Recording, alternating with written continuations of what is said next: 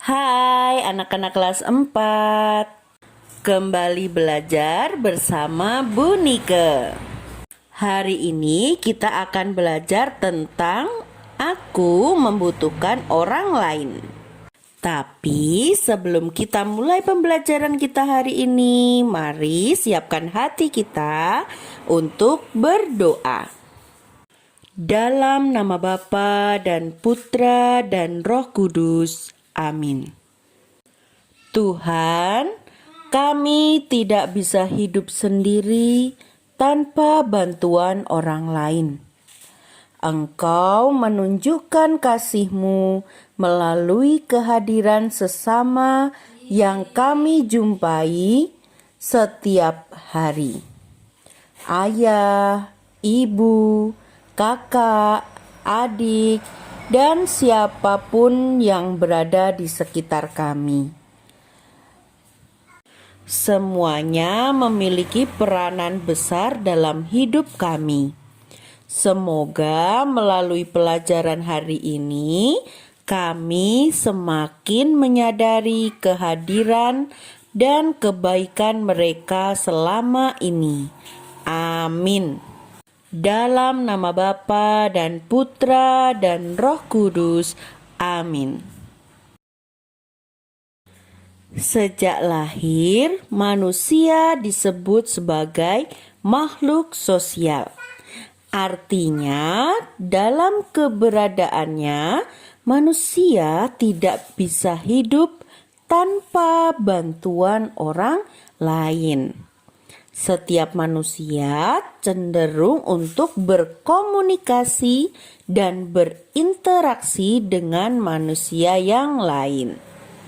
Nah, sekarang silakan anak-anak menyimak cerita yang akan Bu Nike sampaikan. Cerita ini berjudul Si Lumpuh dan Si Buta. Simak kisahnya dengan sepenuh hati ya anak-anak. Pada suatu hari, seorang lumpuh pergi ke sebuah warung dan duduk di samping seorang yang sudah sejak tadi di sana. Saya tidak bisa datang ke pesta sultan, keluhnya. Karena kakiku yang lumpuh sebelah ini membuatku tidak bisa berjalan cepat. Orang di sebelahnya itu mengangkat kepalanya. Saya pun diundang, katanya. Tetapi keadaanku lebih buruk dari saudara. Saya buta dan tidak bisa melihat jalan, meskipun saya juga diundang. Orang ketiga yang mendengar percakapan kedua orang itu berkata, "Tetapi kalau saja kalian menyadarinya, kalian berdua mempunyai sarana untuk mencapai tujuan. Yang buta bisa berjalan, yang lumpuh didukung di punggung. Kalian bisa menggunakan kaki si buta dan mata si lumpuh untuk menunjukkan jalan. Dengan cara itulah keduanya bisa mencapai tujuan dan pesta sudah menanti." Dalam perjalanan, keduanya sempat berhenti di sebuah warung lain. Mereka menjelaskan keadaannya kepada dua orang lain yang duduk bersedih di sana. Kedua orang itu, yang seorang tuli, yang lain bisu. Keduanya juga diundang ke pesta. Yang bisu mendengar, tetapi tidak bisa menjelaskannya kepada temannya yang tuli itu. Yang tuli bisa bicara, tetapi tidak ada yang bisa dikatakannya.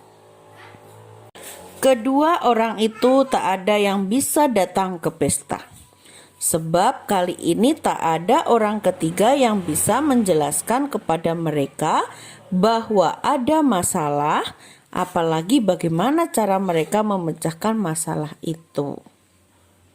Jadi setiap manusia itu pasti mempunyai kekurangan dan kelebihan. Di mana kekurangan dan kelebihan itu dapat diatasi jika manusia tersebut mau berelasi dengan orang lain. Seperti si lumpuh dan si buta. Mereka saling melengkapi dengan kondisi mereka masing-masing. Sama halnya dengan kita. Ketika kita memiliki masalah, pasti kita membutuhkan orang lain untuk memecahkan masalah tersebut, untuk menyelesaikan masalah tersebut. Setiap manusia cenderung untuk berkomunikasi, berinteraksi, dan bersosialisasi dengan manusia lain. Kemudian, kesadaran manusia sebagai makhluk sosial memberikan rasa tanggung jawab untuk mengayomi orang yang lebih lemah. Masyarakat yang baik adalah masyarakat yang mampu menciptakan rasa solidaritas satu sama lain dan saling melindungi. Sekarang silakan anak-anak simak Kisah Para Rasul bab 4 ayat 32 sampai 37 tentang cara hidup jemaat. Adapun kumpulan orang yang telah percaya itu, mereka sehati dan sejiwa, dan tidak seorang pun yang berkata bahwa suatu dari kepunyaannya adalah miliknya sendiri, tetapi segala sesuatu adalah kepunyaan mereka bersama. Dan dengan kuasa yang besar, rasul-rasul memberi kesaksian tentang kebangkitan Tuhan Yesus, dan mereka semua hidup dalam kasih karunia yang melimpah-limpah. Sebab tidak ada seorang pun yang berkekurangan di antara mereka. Karena semua orang yang mempunyai tanah atau rumah menjual kepunyaannya itu, dan hasil penjualannya itu mereka bawa. Dan mereka letakkan di depan kaki rasul-rasul, lalu dibagikan-bagikan kepada setiap orang sesuai dengan keperluannya. Demikian pula dengan Yusuf yang oleh rasul-rasul disebut Barnabas, artinya anak penghiburan, seorang Lewi dari Siprus. Ia menjual ladang miliknya, lalu membawa uangnya itu dan meletakkannya di depan kaki rasul-rasul. Dari kisah para rasul tadi, kita tahu bahwa kumpulan orang yang telah percaya pada Yesus itu selalu sehati dan sejiwa. Dan tidak seorang pun yang berkata bahwa sesuatu dari kepunyaannya adalah miliknya sendiri. Tidak ada seorang pun dalam perkumpulan itu yang berkekurangan, karena semua orang mempunyai tanah atau rumah. Hasil penjualannya diletakkan di kaki rasul-rasul. Hal ini yang membuat perkumpulan mereka berkembang, bahkan sampai sekarang, karena ada cinta dan membantu satu sama lain. Melalui pergaulan dengan orang lain, kewajiban-kewajiban yang timbal balik, dan dialog persaudaraan, kita dapat mengembangkan segala bakat pembawaan dan kemampuan kita untuk mencapai tujuan. Dalam usaha mengembangkan diri, ada banyak orang yang telah berperan dan ikut campur tangan dalam diri kita. Maka kita patut bersyukur atas peran serta orang-orang di sekitar kita yang telah ikut campur tangan mengembangkan diri dan kemampuan kita sampai saat ini.